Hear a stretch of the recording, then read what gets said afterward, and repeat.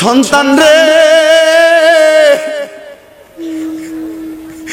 বাড়িতে গেলে স্ত্রী ভাতগুলা ফালাইয়া রাখে, আর মা জননী লাকড়ির চুলার মধ্যে গরম ভাত কইরা দেওয়ার জন্য মা জননী রাত্রবেলা বের হইয়া যাইত। বাড়িতে আসতে দেরি হইলে আম্মা আব্বারে বলতো, দেখেন না রাস্তাটা আগে আমার পুত্রানি আইতাছে। অসুস্থ হইয়া গেলে মাথাটার কাছে মা বইসা থাকতো। সন্তান এখন কেউ একবার মাথাটার মধ্যে হাত দিয়েও দেখে না।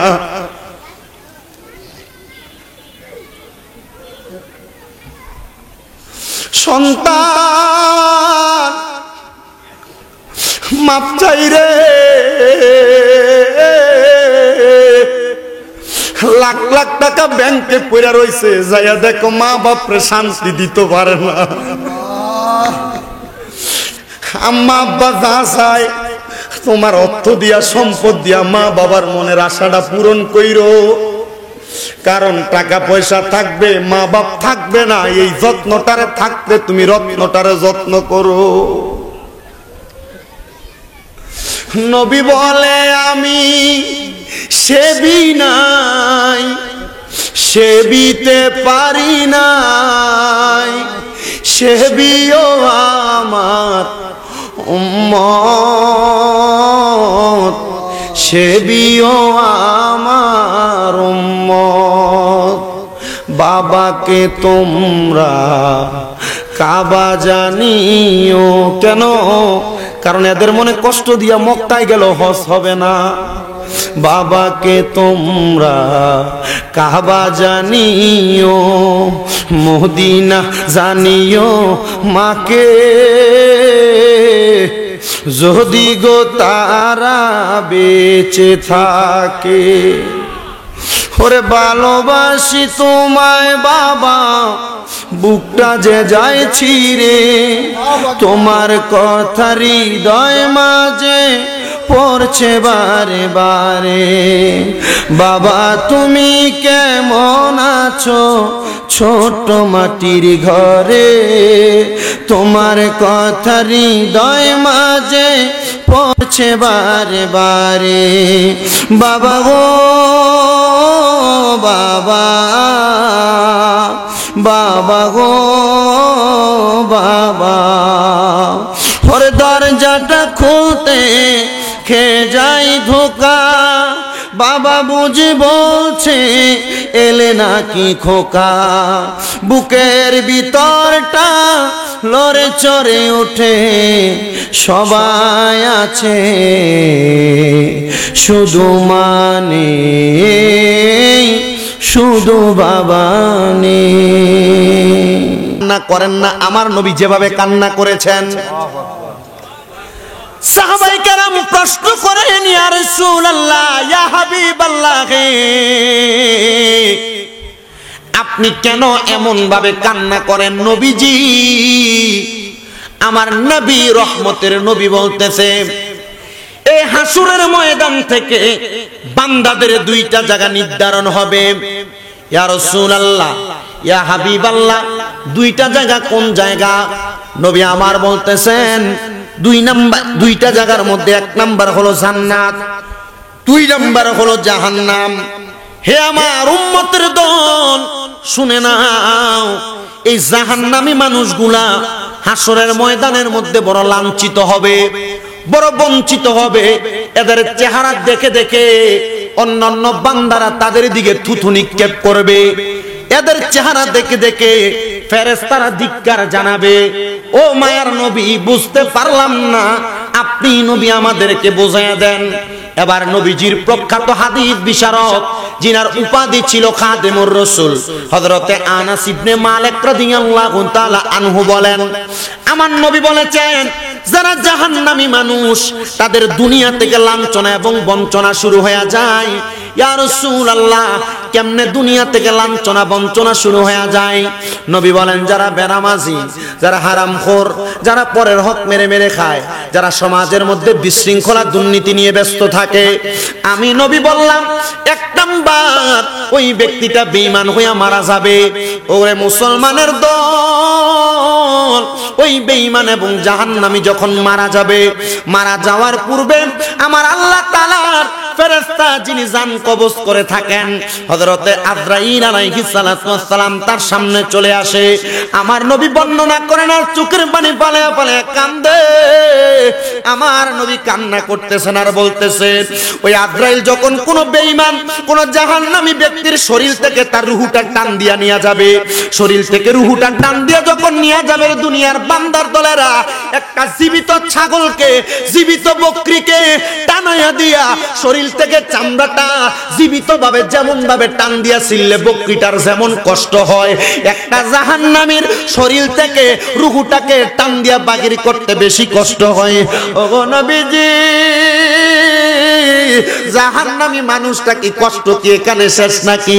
আমার নবী বলে না, জাহান্নামী ব্যক্তিটার রূহটা যখন তার দেহ থেকে ছিনে নেওয়া হয়, ওই রূহটা যখন উপরের দিকে নিয়ে যাওয়া হয়, যেই দুইটা ফেরেশতা রূহটাকে বহন করে, এই ফেরেশতাগুলা নাকের মধ্যে কাপড় দ্বারা আবৃত করে রাখে। ইয়া রাসূলুল্লাহ, কেন করে রাখে? আমার নবী বলে, ওই জাহান্নামী নিকৃষ্ট ব্যক্তি, যেই ব্যক্তি হারাম খায়, সুদ খায়, পরের হক মাইরা খায়, আল্লাহর ইবাদত থেকে দূরে থাকে, ওই ব্যক্তির দেহ থেকে এমন দুর্গন্ধ বাহিরে হয়, রহমতের ফেরেশতারা সহ্য করতে পারে না। জোরে জোরে পড়েন নাউজুবিল্লাহ।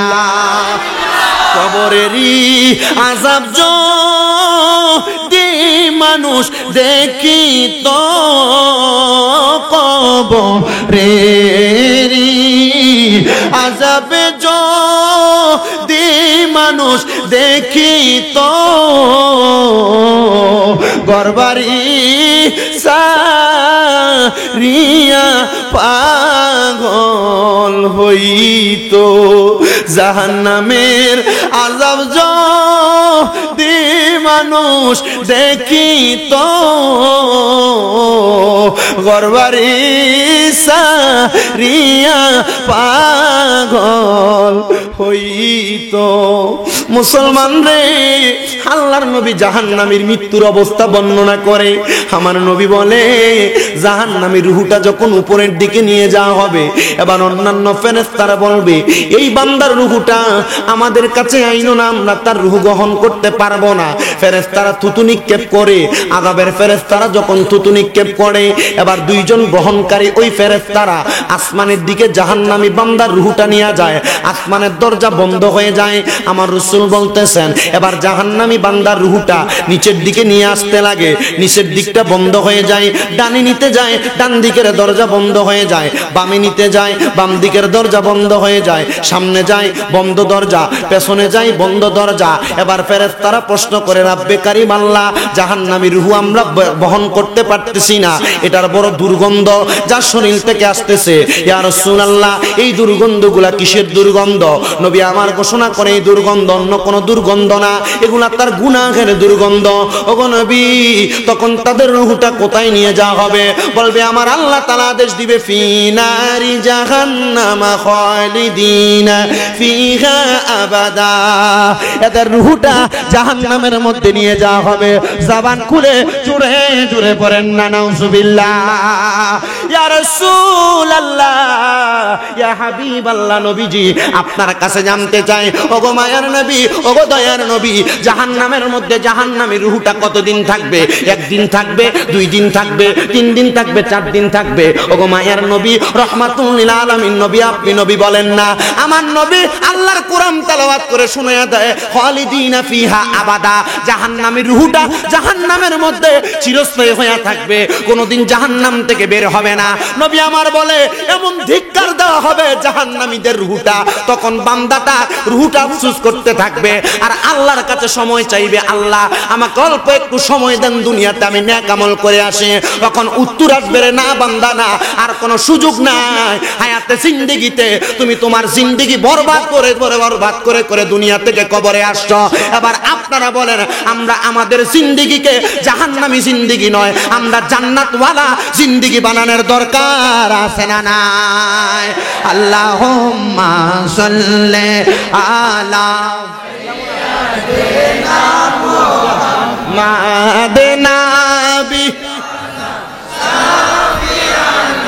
মাওলানা। আমরা সবাই হাজির হইলাম মায়ার নবীজির মাহফিলে, হায়রে দয়া করে কবুল করেন রব্বে কারীম আমরা রে। আল্লাহুম্মা সাল্লি আলা সাইয়্যিদিনা মুহাম্মদ নবী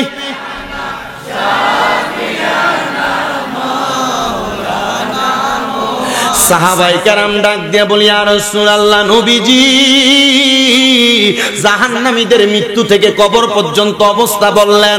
ও মায়ের নবী, যারা জান্নাতি, যারা নামাজওয়ালা, যারা ঈমানওয়ালা, যারা দুনিয়ার জমিনে হালাল খানেওয়ালা, যারা আল্লাহ এবং রাসূলের প্রেমে জীবনকে সফর্দ করনেওয়ালা, ওই ঈমানদার মুত্তাকি মুসলিম বান্দাটার অবস্থা কেমন হবে?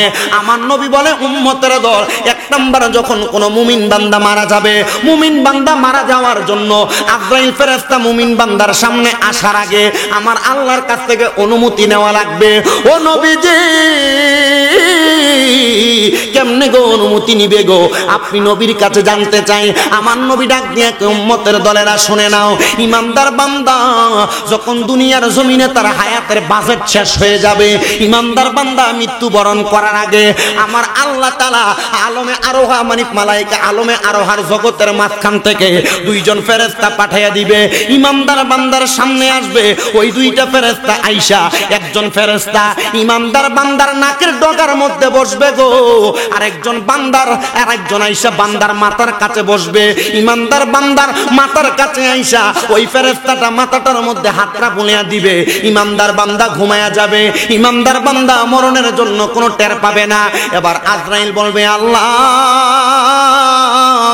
ও দয়াল আল্লাহ, আপনার কাছে জানতে চাই, ইমানদার বান্দা তো ঘুমায়া যায়, ইমানদার বান্দা তো ঘুমন্ত, এখন কি ইমানদার বান্দার রূহ কবজ করব নাকি? আমার আল্লাহ তাআলা ওই সময় ইমানদার বান্দার রূহ কবজ করার জন্য আজরাইল যখন অনুমতি চাইবে, আমার আল্লাহ বলবে না রে আজরাইল না, আমার হাবিব দুনিয়াতে ঘোষণা করেছে, মিশকাতুল মাসাবির কিতাবুল ঈমানের মধ্যে হাদিস বর্ণনা, আমার নবী বলেছে বিকাউলি লা ইলাহা ইল্লাল্লাহু মুহাম্মাদুর রাসূলুল্লাহ সাল্লাল্লাহু আলাইহি ওয়াসাল্লাম, কেউ যদি তার জবান দিয়ে কালিমা তৈয়বা পড়ে, ওই ব্যক্তি মরণের আগে কালিমা পড়া ছাড়া ইন্তেকাল করবে না, আজরাইল তার রূহ নিতে পারবে না। আজরাইল, ইমানদার বান্দা তো এখন ঘুমিয়ে আছে, ইমানদার বান্দার রূহ তুমি কবজ করতে পারবে না। আজরাইল তখন ইমানদার বান্দার রূহ কবজ করার জন্য ইমানদার বান্দার বুকের মধ্যে এমন ভাবে থাবা দিব, ইমানদার বান্দার রূহ বের হবে না। ওই সময় ইমানদারের বুকের জবান খুলে যাবে, ওই সময় আজরাইলের সঙ্গে বুকটা কথা বলবে। ও আল্লাহ, বুক কেমনে কথা বলবে আমরা তো জানলাম না, আমরা তো বুঝলাম না।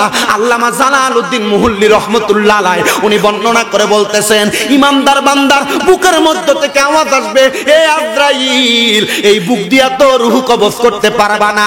কেন কেন কেন? কারণ এই বুকের মধ্যে আল্লাহর কোরআন রাসূলের পাকের হাদিসের এলেম আছে। যদি এলেম না থাকে, আল্লাহর কোরআন রাসূলের মুহাব্বত আছে যদি না থাকে, এই বুক দিয়া সর্বক্ষণ অন্তরের মধ্যে আল্লাহ এবং রাসূলের ভালোবাসা প্রকাশ করেছে। এই জন্য ইমানদারের রূহ তুমি কবজ করতে পারবে না। জবান খুলে জোরে জোরে বলেন সুবহানাল্লাহ। ও বন্ধু, ও নবীর উম্মতের দল, ও আমার ডিজেল কলোনি, এই জাউতলা এলাকার বাবারা বন্ধুরা, এবার ইমানদার বান্দার মুখের মধ্যে আক্রমণ চালাইবো আজরাইল। জবান দিয়া কেমনে রুহুটা বাগির করব রে? ওই সময় জবানের সঙ্গে আজরাইলের সঙ্গে কথোপকথন হবে। জবানের মধ্য থেকে আওয়াজ আসবে, রে আজরাইল, ও আজরাইল, আমি এই জবান দিয়া তুমি ইমানদারের রূহ কবজ করবা। এই জবানের মধ্যে জিক্রুল্লাহি ওয়া জিক্রুর রাসূল, আল্লাহর জিকির এবং রাসূলের জিকিরের স্মরণ ছিল। এই জবান দিয়া বান্দা যখন রুকু করত সুবহানা রাব্বিয়াল আযীম পড়ত, সিজদা করত সুবহানা রাব্বিয়াল আলা পড়ত। যেই জবান দিয়া আমার আল্লাহ তাআলার প্রশংসা করছে, আল্লাহ তাআলার ওহদানিয়তের বর্ণনা দিছে, এই জবান দিয়া রূহ বাগির করতে পারবা না। এবার ইমানদার বান্দার মুখের মধ্যে একটা থাবা দেওয়া হবে। ইমানদার বান্দার মুখ দিয়ে রূহ বাহির করা যাবে না।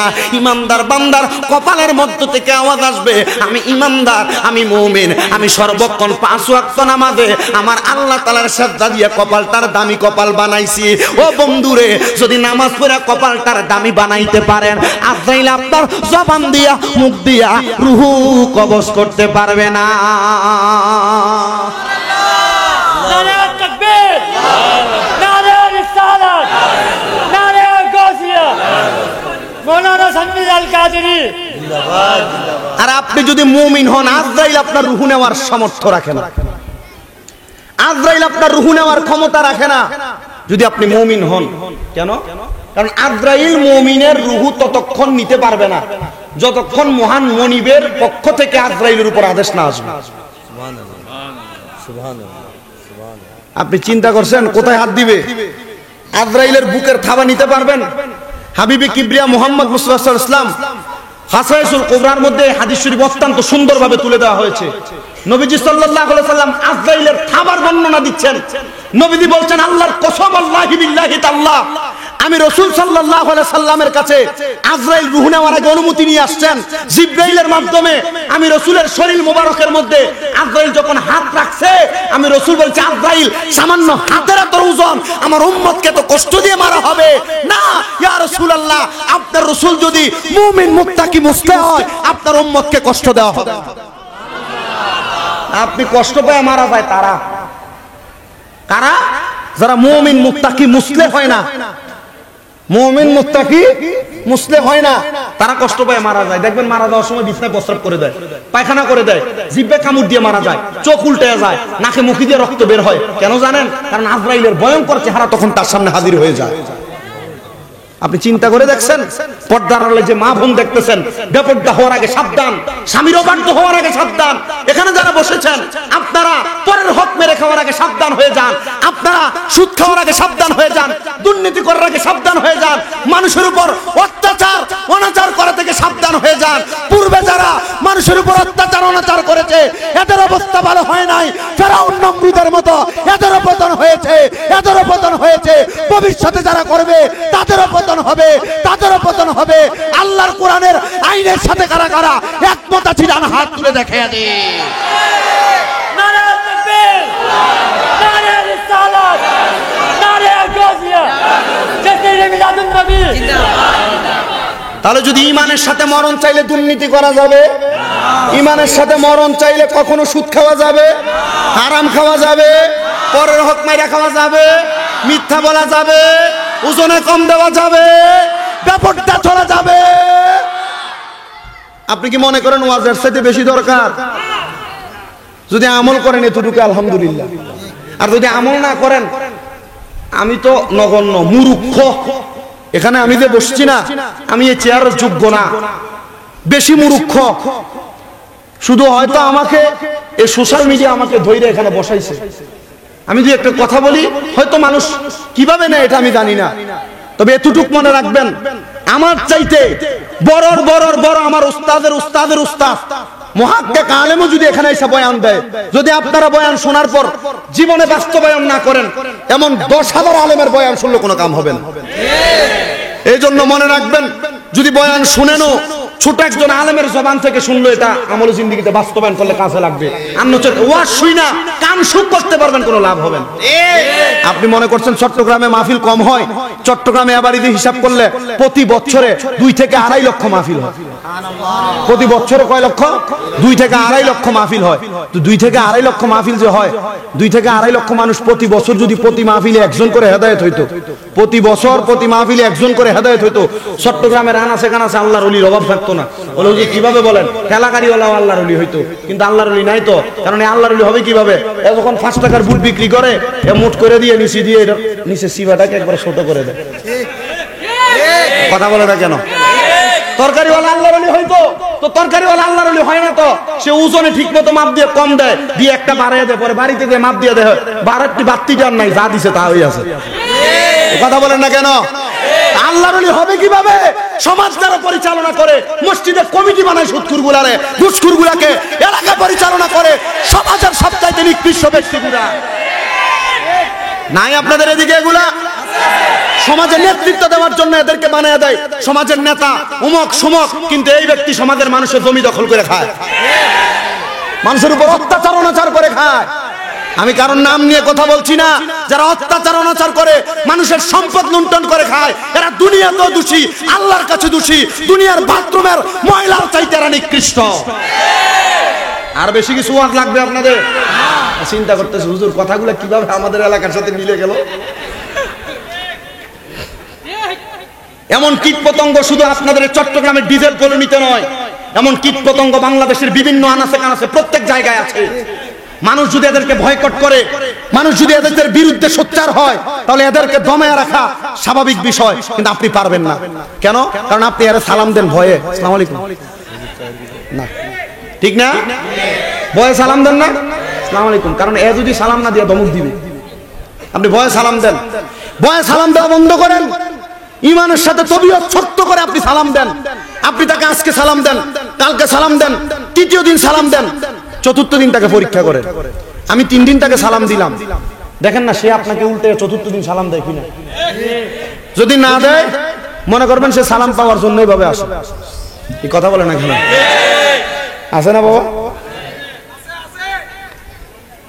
বুঝতেছে হুজুর আমার চোখের সামনে এমন 10-15টা প্রত্যেক দিন করে, ঠিক না? আল্লাহ, চিন্তা করছেন? আপনাদের কষ্ট হইতেছে কোনো? ওয়াজ ঠিক আছে? তোমাকে বসাই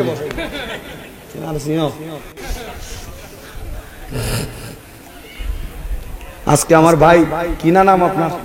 ইমতিয়াজ সাহেব, ওই যে ইরফান মাহমুদ আপনার ছেলে না, এটা বেশি ভালো ছেলে। ভাইয়ের ঘরে আইসা আমি এভাবে কথা বলতে পারতাম না, একটু রেস্ট করছি। আমি মনে হয় এভাবে জীবনে ঘুমাই নাই, খুব আরাম লাগছে আমার কাছে ঘুমানোতে। মনে হয় আধা ঘন্টা, হ্যাঁ আল্লাহর বলির জায়গা, ওই জায়গা আমি একটু আমার মাথাটা ফেলছি, ফেলাতে ঘুমাই গেছি। ওই যে আমার ক্যামেরা পার্টনার যে এভাবে মাথা ফালাইছে, ঘাটের সাথে ঘুমাই গেছে। আমার সাথে আসছে আর একটা চট্টগ্রাম ইউনিভার্সিটির মাস্টার্স করা, এখান থেকে এ মাথায় এভাবে ফেলাই ঘুমাই গেছে। আমি চিন্তা করলাম, দেখছো আমি ঘুম থেকে আমাকে খাওয়ার জন্য ডাকতেছি, দেখছো এদের ঘুমের নমুনা, বোঝা গেছে যে আজকে কষ্ট বেশি হয়েছে। আসলে কষ্ট হয়, আপনারা বোঝেন না। 4 ঘন্টা, 3.5 ঘন্টা, 4 ঘন্টা যদি গাড়িতে বসে থাকে কেমন কষ্ট হয়।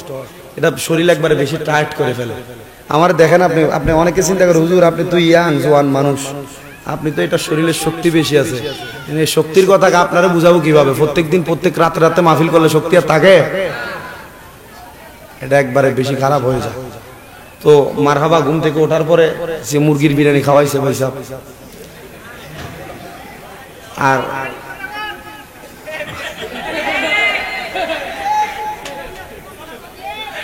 যেটা খাওয়াইছে আলহামদুলিল্লাহ, হয়তো ঘরওয়ালি যিনি, আলহামদুলিল্লাহ ওনার পাখের বরকত আছে। আমার একটা চাও খাওয়াইছে, এটার চা পাতার গ্রান খুব মজা, এটা শরীর চাঙ্গা করে দিছে আর কি। তো এমন চাঙ্গা হয়ে লাভ হবে না যদি আপনি বরকত না হয়। কি বরকত? হালাল খাওয়াটা লাগবে। হ্যাঁ, কি খাওয়া লাগবে? বুঝি নাই, ওই পেছনে এগুলো বলে না ভাইজান, কি খাওয়া লাগবে? নামাজ যদি 50 ওয়াক্ত করেন কাম হবে না যদি খাবার হালাল না হয়। পাঞ্জাবি সুন্দর, পাগড়ি সুন্দর, দাড়ি সুন্দর, টুপি সুন্দর, কিন্তু খাবার হালাল নাই, শেষ। আছে এটা আর মানুষকে কিভাবে বুঝাইবেন আপনি? এটা বোঝানোর মতো কোনো লাইন নেই। মূল ধারাবাহিকতায় আসেন। আজরাইল 3 জায়গায় হাত দেওয়ার পরে ব্যর্থ। বুক, মুখ, চেহারা, এই সিনা, লিসান এবং ওয়াজহু, এই 3টা জায়গায় হাত দেওয়ার পরে যখন আজরাইল রূহ কবজ করতে পারবে না, আজরাইল প্রত্যাবর্তন করবে আমার আল্লাহর কাছে। বলছিলাম ইমানদারের রূহ কবজ করার আগে ইমানদারের কাছে ফেরেশতা কয়জন আসছিল? মারহাবা, কয়জন? একজন বসছিল, মারহাবা। দ্বিতীয় জন বসছিল,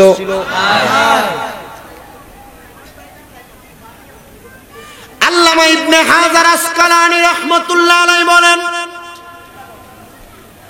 নাকের ডগার কাছে বসনেওয়ালা ফেরেশতার হাতের মধ্যে মেশক আম্বরের আতর থাকবে, আরেকটা হাতের মধ্যে জান্নাতি তুফা আপেল থাকবে। মেশক আম্বরের আতরের সুগন্ধটা ইমানদার বান্দার কাছে যখন নাকের মাথায় লাগাইয়া দিবে, ফেরেশতাটা নাইমা হাতের জান্নাতি তুফা আপেলটা ইমানদার বান্দার সামনে ধরে রাখবে। ইমানদার বান্দা চোখ খুলবে, জান্নাতের প্রত্যেকটা জায়গায়, প্রত্যেকটা স্থানে স্থানে আমার আল্লাহ তাআলার নামের সাথে আল্লাহর হাবিব মুহাম্মদ মুস্তাফা আহমদ মুস্তাফা সাল্লাল্লাহু আলাইহি ওয়াসাল্লাম নবীর নাম মুবারক আল্লাহ কোরআনে পাঠালেন নবীকে চিনাতে, আল্লাহ দুনিয়া বানালেন নবীর শান। একটু জোরে বলেন না, আল্লাহ দুনিয়া বানালেন নবীর। বেহেশতেরি পাতায় পাতায় লতায় লতায় নবীর নাম, আর সে আল্লাহর নামের সাথে নবীর নামের মনোগ্রাম, আর সে আল্লাহর। আমি আমার সাথে বিশাল শায়ের নিয়ে বসে আছি, শায়ের ইমরান হুসাইন। এর নরমাল চলে আসছে তো, এর নাচ গাইলে মানুষ এমনি পাগল হয়ে যায়। ইনশাআল্লাহ গাওয়াই দিবে একটু পরে একটা, আপনারা অসুবিধা হয় আসছেন এখানে? আচ্ছা, আরে জান্নাতেরই পাতায় পাতায় লতায় লতায় নবীর নাম, আর সে আল্লাহর নামের সাথে নবীর নামের মনোগ্রাম, আর সে আল্লাহর নামের সাথে নবীর নামের মনোগ্রাম, নবীর নামের মনোগ্রাম। আল্লাহ হাসরে করিবেন নবীর শান বুঝাতে। সুন্নিরা কেন নবী নবী করে? বুচ্চনিরে মুমিন মুসলমান, জান্নাতের আপেলটার মধ্যেও আল্লাহর নামের সাথে নবীর নাম আছে না নাই? এবার ইমানদার বান্দা যখন ইমানদার বান্দা চোখ খুলবে, ইমানদার বান্দা আপেলটার দিকে তাকায়া খাওয়ার জন্য হাত বাড়াইবে না। ইমানদার বান্দা জবান দিয়ে পড়বে কালিমা তৈয়বা, লা ইলাহা ইল্লাল্লাহ মুহাম্মাদুর রাসূলুল্লাহ। কালিমার আওয়াজে তো আসতে একটু মুহাব্বতে পড়েন, লা ইলাহা ইল্লাল্লাহ মুহাম্মাদুর রাসূলুল্লাহ। এখন আসতে হইছে আরেকটু মুহাব্বত দিয়ে পড়েন, লা ইলাহা ইল্লাল্লাহ মুহাম্মাদুর রাসূলুল্লাহ। এমন টাইমে আমার আল্লাহ ডাক দিয়া বলবে,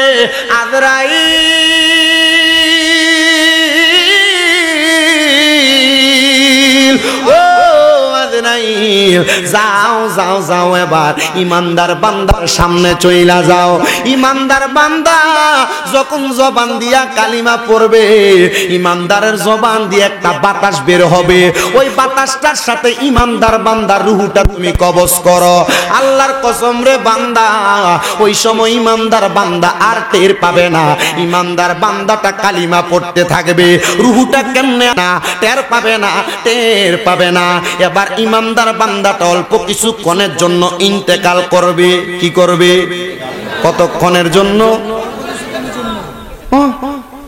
এটা মরে গেছে না। ইন্তেকাল শব্দটা বাবিল ফিআলের ওজনে। জিজ্ঞাসা করবেন উলামায়ে কেরামকে ইন্তেকাল শব্দের অর্থ কি? যদি বলে মারা যাওয়া তাহলে বলবেন হুজুর আপনি মূর্খ। যদি বলে ইন্তেকাল শব্দের অর্থ স্থান পরিবর্তন করা বলবেন হুজুর আপনি ভালো আলেম। কেন ইন্তেকাল করে মুমিন বান্দা মারা যায় না? কারণ ওয়ালা তাকুলু লিমান ইয়াকুতালু ফি সাবিলিল্লাহি আমওয়াত বাল আহইয়াউ ওয়ালাকিন লা তাশউরুন। যারা মুমিন বান্দা আল্লাহর রাস্তায় চলে যায়, যারা দুনিয়াতে নেক আমল করে মারা যায়, এরা মৃত না। আল্লাহ কয় বাল আহইয়াউন, এরা জিন্দা। ওয়ালাকিন লা তাশউরুন, এদেরকে যারা মরা বলে তারা নির্বোধ, তারা বোকা, তারা বুঝে না। এজন্য আল্লাহর ওলিরা মরা নয় রে, মরা নয়। মুমিন বান্দারা মরা নয়, হক্কানি রব্বানি পীর মাশায়েখরা মরা নয়। বলে হুজুর তাহলে যদি মরা না হয় তাদের মাজার ভাঙে, তারা কেন কিছু করে না? সমস্ত বাংলাদেশে যখন মাজার ভাঙে সব উলামায়ে কেরাম মাজার ভাঙার বিরোধিতা করে। আমি বলছি মাজার ভাঙতেছে, আরো কয়েকটা ভাঙতে দাও। আমারে কয়েকজন আমার সুন্নি ভাই বলতেছে কি বলেন এগুলো, আপনার মুখে এমন কথা? মাজার ভাঙতেছে, ভাঙতে দাও, এটা আবার কেমন কথা? শুনেন একটা ছোট্ট ওয়াকিয়া কারগুজারি আপনাদেরকে শোনায়া দেই। ভারতের জমিনে হযরত খাজা মুঈনুদ্দিন চিশতির দরবার, আপনাদের দরবার, আপনাদের দোয়ার বরকতে ওই ভারতে আল্লাহ আমারে 63 বার নিয়ে গেছেন। ওই খাজা মুঈনুদ্দিন চিশতির দরবার ভাঙার জন্য ভারতের একজন বাদশা আসছিলেন, কিন্তু বাবা ভাঙতে পারেন নাই। খাজা মুঈনুদ্দিন চিশতির দরবারে আসার আগে 101টা না যেন 99টা মাজার ভাঙছিলেন। উনি বলছেন আমি সালাম দিব, জবাব না পাইলে মাজার ভাঙ্গা ফালাবো। মুঈনুদ্দিন চিশতির দরবারের সামনে আইসা উনি একবার সালাম দিতে, আসসালামু আলাইকুম ওয়া রাহমাতুল্লাহ, আসসালামু আলাইকুম ইয়া ওলি আল্লাহ, জবাব দেয় না। দ্বিতীয়বার সালাম দেয়, জবাব দেয় না। তৃতীয়বার সালাম দিয়েছেন, মুঈনুদ্দিন চিশতির দরবার থেকে জবাব আসছে। এবার ওই ব্যক্তি বলেন আমি 99টা মাজার ভেঙেছি, কিন্তু মুঈনুদ্দিন চিশতির দরবার থেকে আমি জবাব পাইছি, সালামের জবাব। তখন আমি ইরাদা করলাম আর 2 রাকাত নামাজ পড়ে মুরাকাবা করলাম। জিজ্ঞাসা করলাম ও খাজা মুঈনুদ্দিন চিশতি, আপনার দরবারের সামনে আমি 2বার সালাম দিলাম, আপনি আমার জবাব দেন নাই, তৃতীয়বার কেন দিলেন? বলে আমি এই জায়গার মধ্যে এমনে এমনে থাকি নাই। আল্লাহ না বলেছেন যারা আল্লাহর মুমিন বান্দা, ইমানদার বান্দা, তারা তাদের মাজারে, তাদের কবরের মধ্যে এমনে থাকে না। ইউসাল্লুন, তারা নামাজরত অবস্থায় থাকে। আমি নামাজরত অবস্থায় ছিলাম রে, তৃতীয় সালাম দেওয়ার সাথে সাথে আমার নামাজ শেষ হওয়ার পরে আমি তোমার সালামের জবাব দিছি। ওই বাদশা আদা করেছিল রে 99টা মাজার আমি ভাঙছি ভারতের জমিনে। ওই 99টা মাজার ওই বাদশা নিজের হাতের মধ্যে ঘরাইয়া দিছে। যখন বাংলাদেশে মাজার ভাঙে আমি বলছি ভাঙতে দাও, ভাঙতে দাও, ভাঙতে দাও। ভাঙতে ভাঙতে যখন হক্কানি একটার কাছে যাইয়া পড়ব, আল্লাহর কসম 14 গোষ্ঠী সহ যায় ওই জায়গায় পড়বে। সুবহানাল্লাহ, সুবহানাল্লাহ। ভারতের জমিনে 99 আল্লাহর ওলি জবাব দেয় নাই রে, জবাব দেয় নাই। একজন দিছে, এমন একজনের পাল্লায় পড়লে মাজার ভাঙার স্বাদ মিঠা যাইব। আল্লাহর কসম, এতদিন পর্যন্ত আমরা মাজার পূজারি কইছে, কিছুদিন আগে দুর্গা পূজার ভিতরে তারা যাইয়া দুর্গা পূজার মূর্তি পূজা করে। আমার বিবেক বাধা দেয়। আমি কারোর বিরোধিতার উদ্দেশ্যে কথা বলি না। আমাদের দিনে জাতির পিতা হযরত ইব্রাহিম খলিলুল্লাহ, উনি বাইতুল্লাহর মূর্তি ভাঙ্গা বাইতুল্লাহ নির্মাণ কইরা বাইতুল্লাহতে নামাজ চালু করছে, আর আমরা মুসলমানরা মূর্তি পূজা দিতাছে। আবার দোয়া করে আসছে আগামীতে আরো জাগরণ পাবে হোক। বলে হুজুর আপনি হিন্দুদের বিরোধিতা করছেন। আল্লাহর কসম, হিন্দুদের বিরোধিতা করা আমার উদ্দেশ্য নয়। ওনারা সংখ্যালঘু, ওনারা ওনাদের মতো থাকবে। মুসলমান ওনাদের সাথে দ্বন্দ্ব করবে না, মুসলমানদের সাথে মারামারিও করবে না, এদেরকে হিংসা করবে না। তবে মুসলমানের ইমানি খাসলত মুক্তিও ভাড়া দিবে না। আপনি কে বলছেন? আপনার কে শিখেছে এগুলা? ফাজলামি করেন, আপনি মুসলমান দাবি করেন, আপনি না মুমিন। আপনার কানের ভিতরে আপনি জানেন না মুসলমান গানের আওয়াজ শুনলে গানের ভিতরে 2 আঙ্গুল দ্বারা এভাবে কান বন্ধ করে দেওয়ার কথা হাদিস শরীফের ভিতরে আল্লাহ রাসূল বলছে। এখানে যে গান বাজনা হয়েছে আপনি তো এগুলোই শুনছেন। আল্লাহর ওয়াস্তে মাফ চাই, ক্ষমা প্রার্থনা করি। মুসলমানের ছেলে দাবি করলে এগুলোতে যাবেন না। আল্লাহ আপনার কাছে ক্ষমা প্রার্থনা করি। আমার যেই ভাইরা এগুলাতে লিপ্ত ছিল, এদেরকে এখান থেকে হেফাজত করে। ভাই আল্লাহর কসম, আমি কোন দল মতের বিরোধিতা করা আমার উদ্দেশ্য নয়। দল থাকতে পারে, মত থাকতে পারে, আকীদা আলাদা হতে পারে, মুসলমান আল্লাহর কোরআন রাসূলের ইজ্জতের চাদর ধরে টানাটানি করলে দলমত নির্বিশেষে একসাথে হয়ে মাঠে নামতে হবে। কিন্তু এই কথা অন্তরে রাখেন, ইমানি যে পাওয়ার, ইমানি চেতনা, এটা তো বন্ধ করে দেওয়া যাবে না। ইমানের তো বিক্রি করে দেওয়া যাবে না, ইমান তো শেষ করা যাবে না। আল্লাহ আমাদের ইমানকে হেফাজত করুন, ইমানকে হেফাজত করুন, ইমানকে হেফাজত করুন। তো যেই কথা বলতেছিলাম, ইমানদারের রূহ যখন কবজ করবে, ইমানদারের জবান দিয়ে কি বের হবে? বাতাস বের হবে। বলেন না কি বের হবে? ইমানদারের রূহ কবজ করবে, কিছুক্ষণের জন্য ইমানদার বান্দা ইন্তেকাল করবে, মানে স্থানান্তর হবে, জায়গা পরিবর্তন করবে। ইমানদার বান্দা দুনিয়া থেকে যাওয়ার পরে, ইমানদার বান্দার রূহটা কবজ করার পরে ইমানদার বান্দা কোনো কথা বলবে না।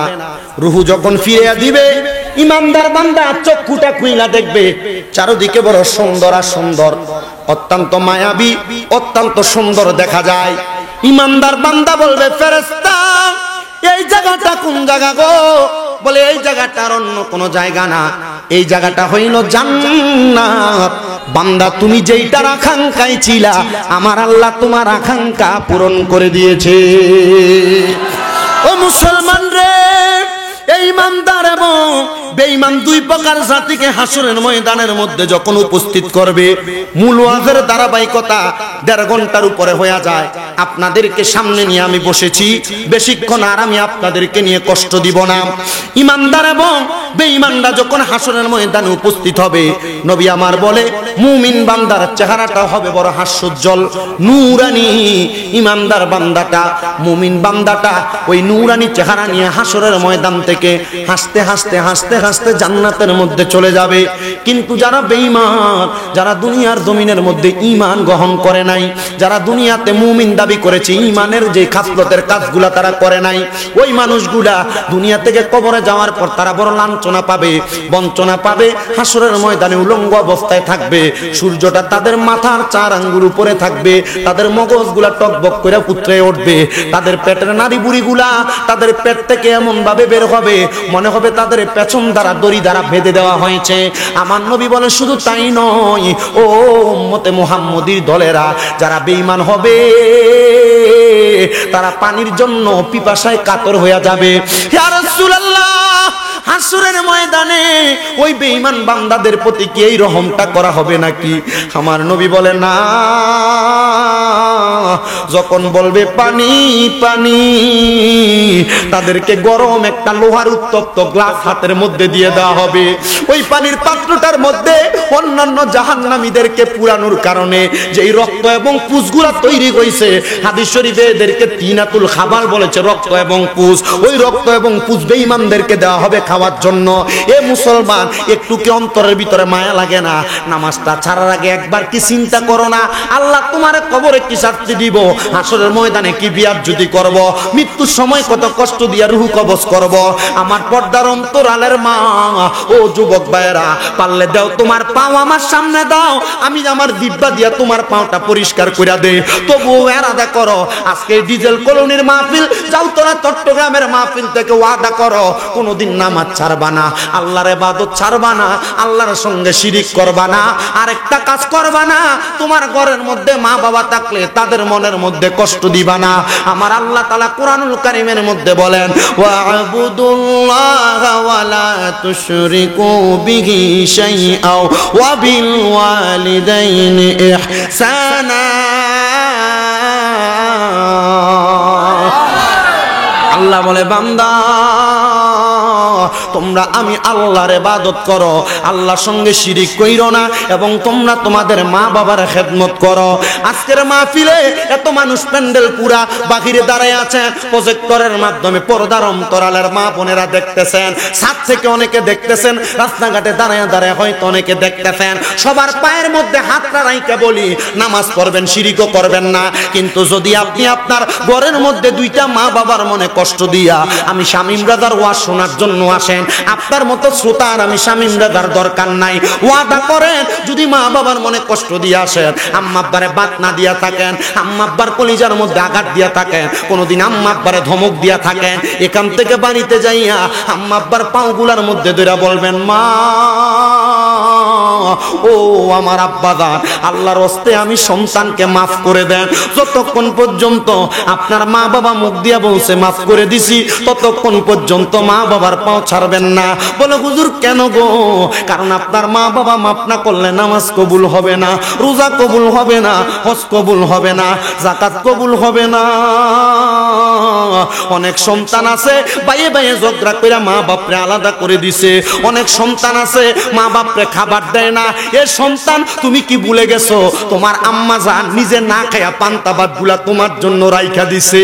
মা চিন্তা করছে আমার সন্তান সকাল বেলায় আসলে, আমার সন্তান রৌদ্র দিয়ে আসার পরে পান্তা ভাতটা খাইলে কলিজা ঠান্ডা হবে।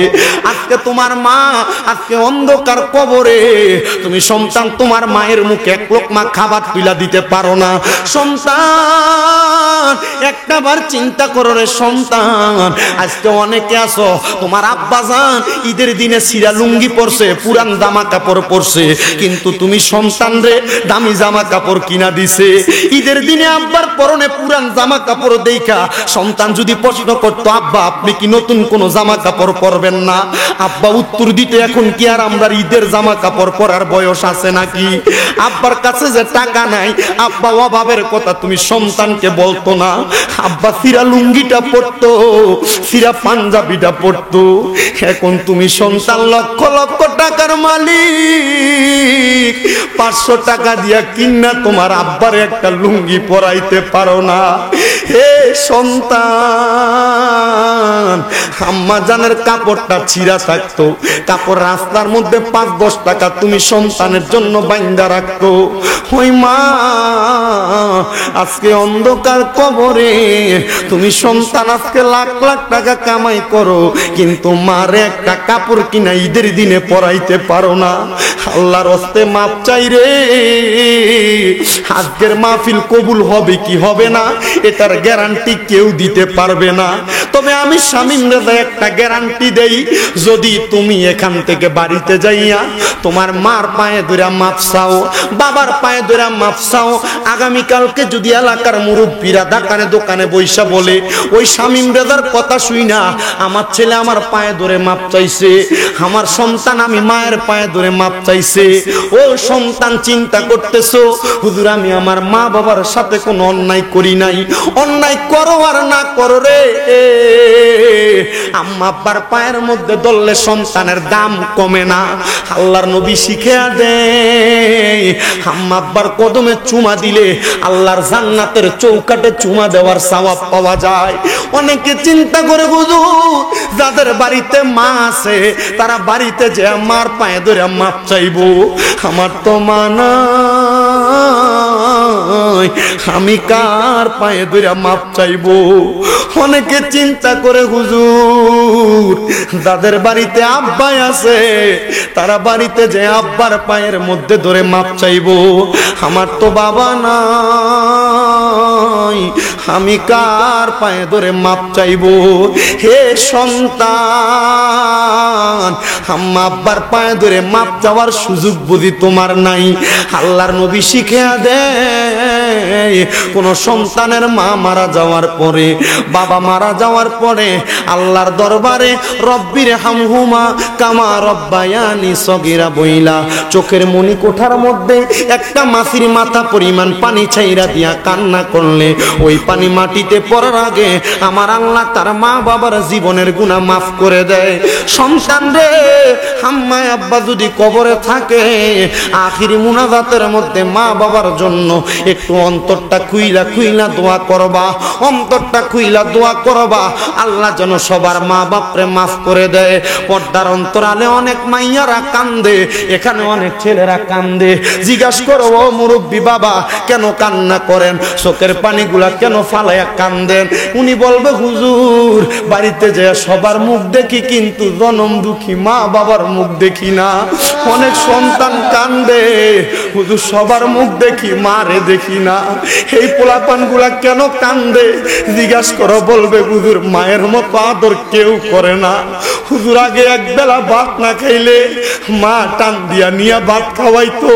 হুজুর এখন আমার মা নাই, 2-3 বেলা খাবার না খাইলে কেউ একবার জিজ্ঞাসা করে না সন্তান ভাত খাইতো নি। আগে কোনো অন্যায় করলে বাবা ধমক দিয়া টান দিয়া নিয়ে যাইতো, এখন কেউ একবার ধমক দেয় না। আব্বার কাছ থেকে 5-10 টাকা চাইয়া চাইয়া নিছ, এখন তোমার পকেটে টাকার অভাব নাই, আব্বারে চা খাওয়ার জন্য 10-5 টাকা দিতে পারো না।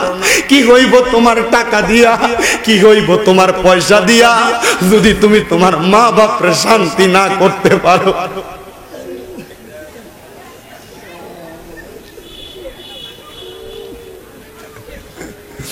সন্তান রে বাড়িতে গেলে স্ত্রী ভাতগুলা ফালাইয়া রাখে, আর মা জননী লাকড়ির চুলার মধ্যে গরম ভাত কইরা দেওয়ার জন্য মা জননী রাত্রবেলা বের হইয়া যাইত। বাড়িতে আসতে দেরি হইলে আম্মা আব্বারে বলতো, দেখেন না রাস্তাটা আগে আমার পুত্রানি আইতাছে।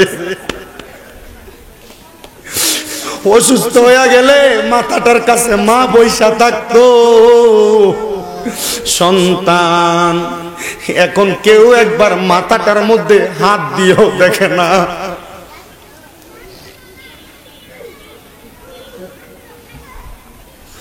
সন্তান মাপ চাই রে, লাখ লাখ টাকা ব্যাংকে পড়ে রয়েছে, যাইয়া দেখো মা বাপরে শান্তি দিতে পারে না। আম্মা আব্বা যা চায় তোমার অর্থ দিয়া সম্পদ দিয়া মা বাবার মনের আশাটা পূরণ কইরো, কারণ টাকা পয়সা থাকবে মা বাপ থাকবে না, এই যত্নটারে থাকতে তুমি রত্নটারে যত্ন করো। নবী বলে আমি সেবি নাই, সেবিতে পারি নাই, সেবিও আমার উম্মত, সেবিও আমার উম্মত। বাবাকে তোমরা কাবা জানিও। কেন? কারণ এদের মনে কষ্ট দিয়া মক্কায় গেল হজ হবে না। বাবাকে তোমরা কাবা জানিও, মদিনা জানিও মাকে, যদি গো তারা বেঁচে থাকে। ওরে ভালোবাসি তোমায় বাবা, বুকটা যে যায় ছিঁড়ে, তোমার কথা হৃদয় মাঝে পড়ছে বারে বারে। বাবা তুমি কেমন আছো ছোট মাটির ঘরে, তোমার কথা হৃদয় মাঝে পড়ছে বারে বারে। বাবা গো বাবা, বাবা গো বাবা, ওর দরজাটা খুলতে খেয়ে যাই ধোকা। বাবা বুঝি বলছে এলে নাকি খোকা, বুকের ভিতরটা লড়ে চড়ে ওঠে। সবাই আছে শুধু মানে, শুধু বাবা নেই।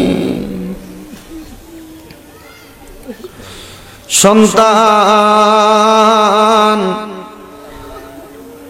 এ সন্তানের দল, আজকে থেকে ওয়াদা করো কোনদিন ওই মা বাবার মনে কষ্ট দিবা না। আম্মা আব্বার কদমে হাত দিয়া মাপ চাইবা। যদি মা বাবা মাপ দুনিয়াতে না থাকে, আম্মা আব্বার কবর জিয়ারত করে করে মাপ চাইবা। আর অন্তরে বিশ্বাস রাখবা আল্লাহ যেন তুমি সন্তানের জিয়ারতের বরকতে তোমার মা বাপরে মাফ করে দেয়। জাউতলা ডিজেল কলোনির মদিনার এক জাত পায়রা সংগঠনের যুবক ছেলেরা বলেছে, হুজুর বয়ান করার শেষ সময়, মুনাজাতের আগ সময় বলবেন, হুজুর আমাদের মাহফিল করেছি, অল্প কিছু টাকা পয়সার সংকট আমাদের, এমন কোন সন্তান আছে নাকি যে সন্তান তাদের মা বাবার জন্য আমাদেরকে একটু টাকা পয়সা দিয়ে সহযোগিতা করবে? সন্তানগুলা সাময়িক সময়ে একটু অসুবিধার মধ্যে পড়েছে, এই মাহফিল করতেছে। আপনাদের সবার কাছে আবদার, যদি এই মাহফিলের মধ্যে 10 জন ব্যক্তি থাকেন, বলে হুজুর আমার মা থাকলে বাবা থাকলে আমি আমার মা বাপরে খাওয়াইতাম, 1000 টাকা 500 টাকা আমি মাহফিলে নগদ দান করতে চাই। কেউ যদি থাকেন হাত তুলবেন, টাকাটাই না দিয়া যাবেন, আপনার জন্য নগদ দান করবেন। আপনার জন্য আমি মুসাফির মানুষ, মন থেকে দোয়া করব। মা নাই বাবা নাই, শুধু আইসা বলবেন টাকাটা দিয়ে, হুজুর আমার মার জন্য দোয়া করবেন। আমার একজন ভাইজান 500 টাকা ওনার মার জন্য দোয়া চেয়ে দান করছে, আরেকজন ভাই ওনার আম্মার জন্য দোয়া চেয়ে দান করছে। বেশি চাইবো না, 10-20 জন মানুষ যদি মা বাবার জন্য আপনি 500 টাকা করে পোলাপানগুলার সহযোগিতা করেন, এরা ভবিষ্যতে মাহফিল করতে আগ্রহী হবে। কয়েকজন মানুষ চাই বাবারে, মা বাবা ইচ্ছা থাকলে যদি আপনি প্রতি মাসে 500 টাকা করে মা বাবার পেছনে খরচ করতেন, 12 মাসে 6000 টাকা চলে যাইতো। আছেন নাকি এমন আর কয়েকজন সন্তান 500-1000 করে করে দান করবেন? আল্লাহর কসম আপনাদের জন্য আখিরি মুনাজাতের মধ্যে দোয়া করা হবে। এমন কয়েকজন হাত বাড়ায় দোয়া করবেন। আর এখানে যারা আছেন আপনারা হয়তো অনেকে চিন্তা করেন, হুজুর আমরা তো 500-1000 টাকা নিয়ে মাহফিলের মধ্যে আসি নাই, আপনাদের কাছে পোলাপানগুলা কাতারে কাতারে যাবে, তাবারুকের ব্যবস্থা আছে, মুনাজাত করে তাবারুক নিয়ে যাবেন। তার আগে সন্তানগুলো আপনাদের কাছে হাত বাড়াইবে, 10 টাকা 5 টাকা 50-100 টাকা করে 500 টাকা যে যা পারেন তাদের কাছে দিয়ে দিবেন। আমরা সালাতু সালাম দেব নবীকে, কারণ ওই নবী রহমত এসে নিয়ে এসেছেন ভুবনে। ইয়া নবী